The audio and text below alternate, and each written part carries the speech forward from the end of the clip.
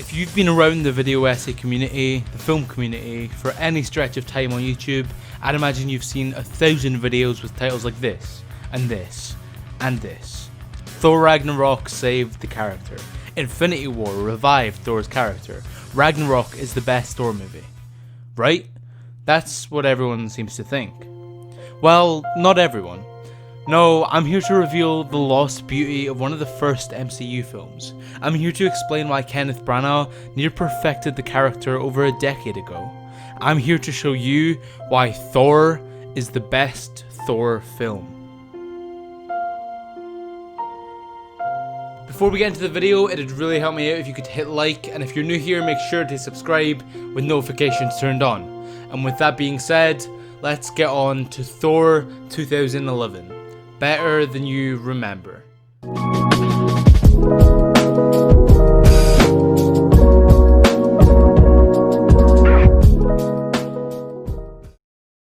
Thor 2011 is a Shakespearean family drama which stands out as by far the most unique MCU film, both from the perspective of filmmaking and storytelling.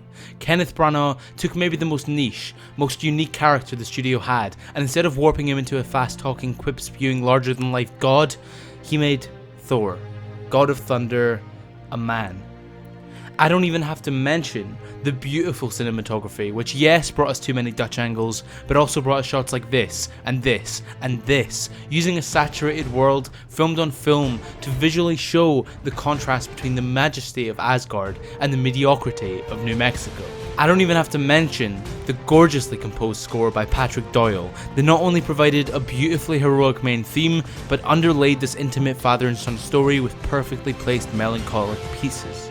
I don't even have to mention all this incredible film making, which makes this MCU movie feel far more like a Thor film. No washed out shots, no overused quips, no generic repeated tropes and uninspiring shots. No. Thor 2011 is a film truly made, a film that is without a doubt the vision of Sir Kenneth Branaugh, the formerly Shakespearean director, brought in to bring this feudalistic story of ancient kings and gods to life. I don't have to mention all this, but I do, because I believe the work of Branaugh in this film is inspiring. I believe this to be the best fundamental filmmaking of every single one of these 23 superhero cash cows, and I think it needs more credit thrown its way. Regardless of the beautiful cinematography, the astounding score, and the uniquely brilliant directing of Branaugh, it's the story, it's the characters that truly bring Thor 2011 to life. We see two boys become men, one trapped in the other's shadow, desperately craving his king's, his god's, his father's approval. The other, hell-bent on power, with hubris in full control of all that he does, unable to see the true values of kingship. Not the distaste and fear for your opposition, but the love and protection of your own people. Thor is cast out, and as Odin takes his sleep, Loki takes his place as king, a place he by no means desires. Loki is far and away the best character in this film, and it's here that he's at his best as a villain, as we see a somewhat lost boy, an orphan taken in by a king, unable to gain his adopted father's pride. Some people believe this scene, the burden of the throne has fallen to me now.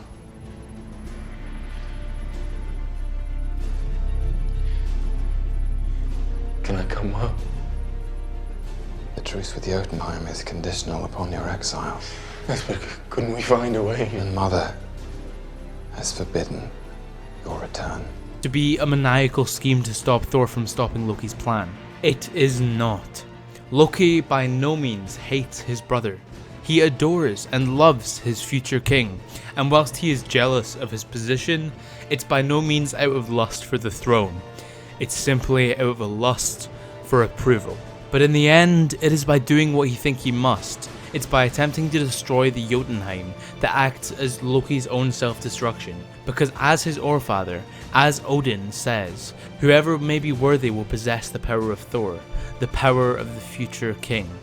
And it's through his humbling, through his intimate connection to humanity, through Jane and Selvig, that he sees the value, the glory in a simple life.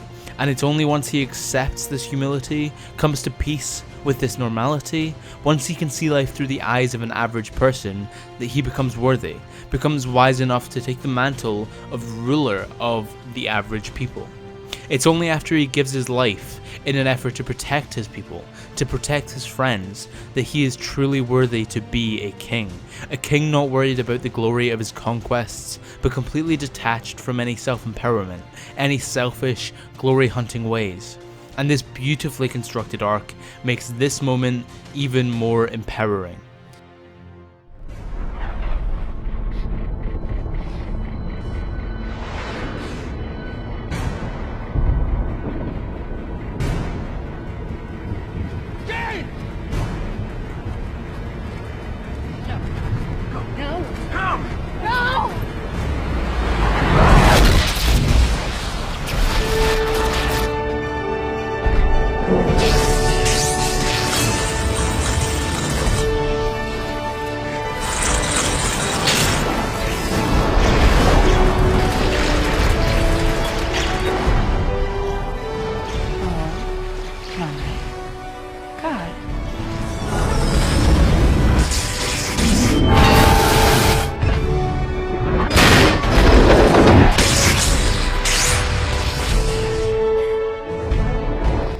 We see in the final moments of this great redemption a Thor truly worthy of the title of king, and a Loki transformed by his newfound monarchy. A Loki trying to finish the destruction of the Jotunheim, a task his brother would have gladly completed with his bare hands at the beginning of this film. We see Thor in essence fight what he was, fight against the tyrannical king he would have become if not for the wise banishment of his mighty Orfather. We see these two sons of Odin battle, Thor in the protection of his enemies, Loki in the destruction of his biological family, an inverted mirror of each other.